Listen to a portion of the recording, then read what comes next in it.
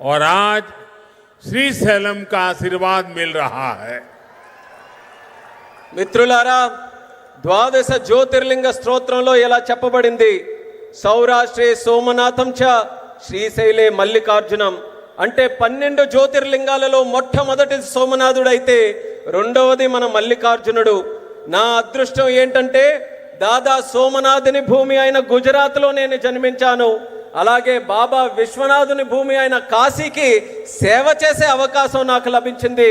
మరియు ఈరోజు నేను శ్రీశైలం స్వామివారి ఆశీస్సులు ఈరోజు పొందాను.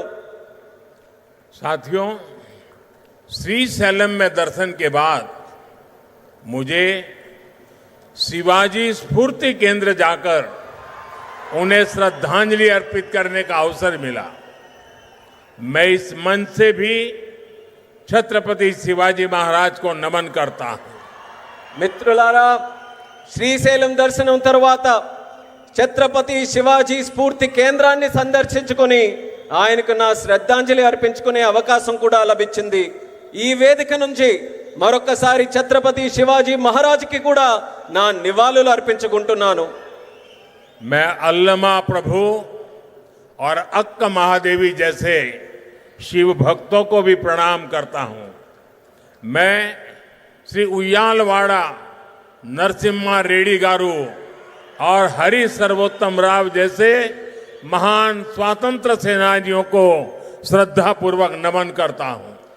అల్లమ్మ ప్రభు మరియు అక్క మహాదేవి వంటి గొప్ప శివభక్తులకి కూడా నేను నా నమస్కారాలు తెలియజేసుకుంటున్నాను. శ్రీ ఉయ్యాలవాడ నరసింహారెడ్డి గారు మరియు హరి సర్వోత్తమరావు గారు వంటి గొప్ప స్వాతంత్ర సమరయోధులకి కూడా నా శ్రద్ధాంజలి అర్పించుకుంటున్నాను.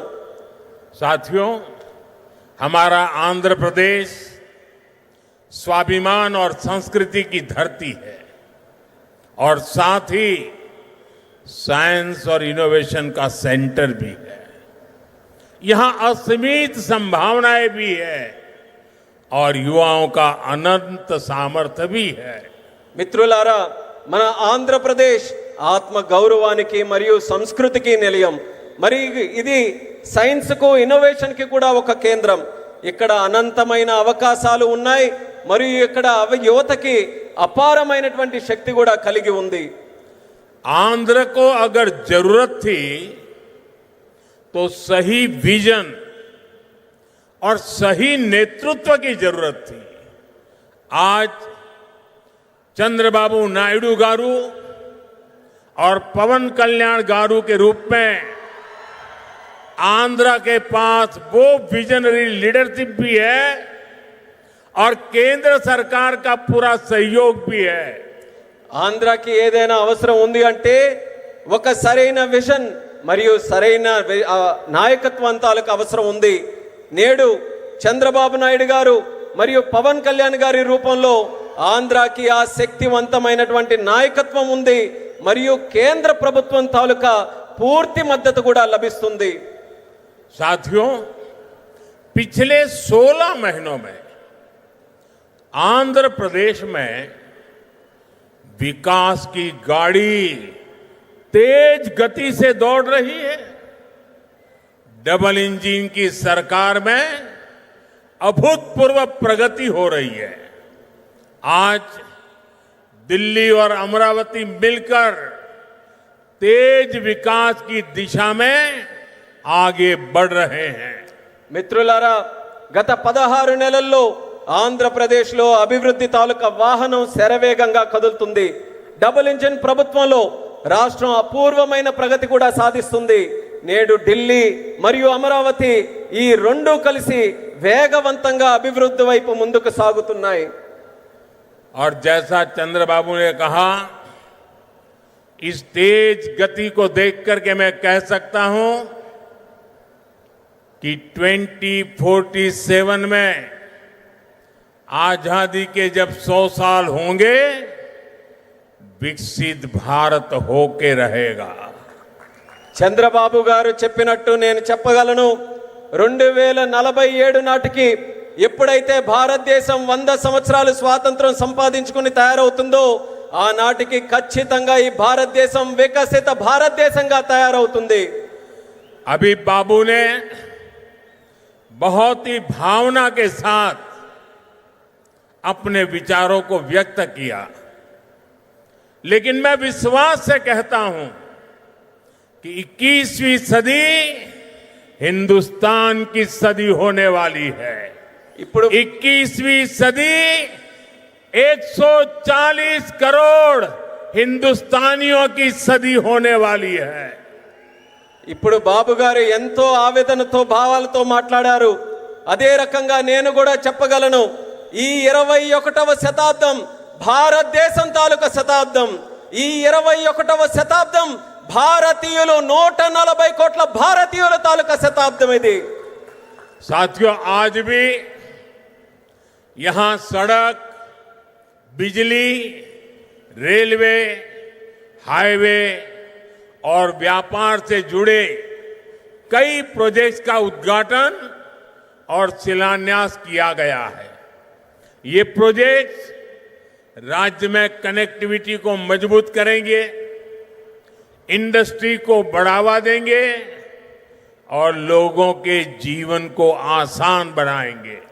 మిత్రులారా, నేడు రోడ్లు, విద్యుత్ రంగం, రైల్వే, హైవేలు మరియు వాణిజ్యానికి సంబంధించిన అనేక ప్రాజెక్టులకి శంకుస్థాపన మరియు ప్రారంభోత్సవం చేసుకుంటున్నాం.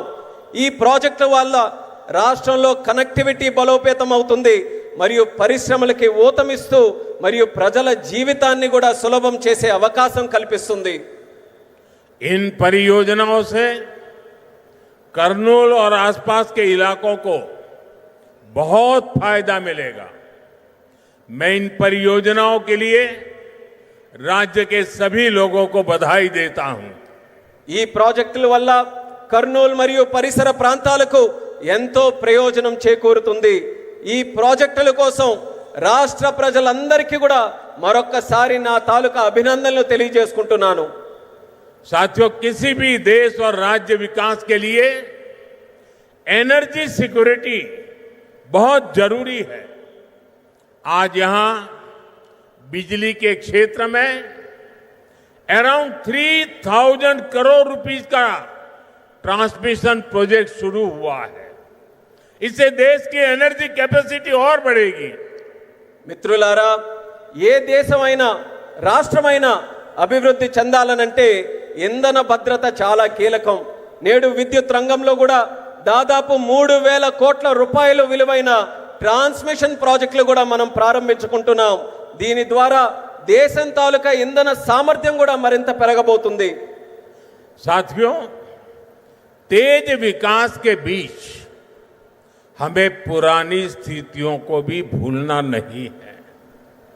11 साल पहले जब केंद्र में कांग्रेस सरकार थी, तब प्रति व्यक्ति इलेक्ट्रिसिटी की खपत औसतन 1000 यूनिट से भी कम थी। तब देश को ब्लैकआउट जैसी चुनौतियों का भी सामना करना पड़ता था। हमारे गांवों में बिजली का खंभा भी नहीं लगा था। మిత్రులారా, వేగవంతమైన అభివృద్ధి మధ్య మనం గతాన్ని మాత్రం మర్చిపోకూడదు. 11 సంవత్సరాల క్రితం కేంద్రంలో కాంగ్రెస్ ప్రభుత్వం అధికారంలో ఉన్నప్పుడు సగటు తలసరి విద్యుత్ వినియోగం 1000 యూనిట్ల కంటే చాలా తక్కువగా ఉండేది. అప్పుడు దేశం కూడా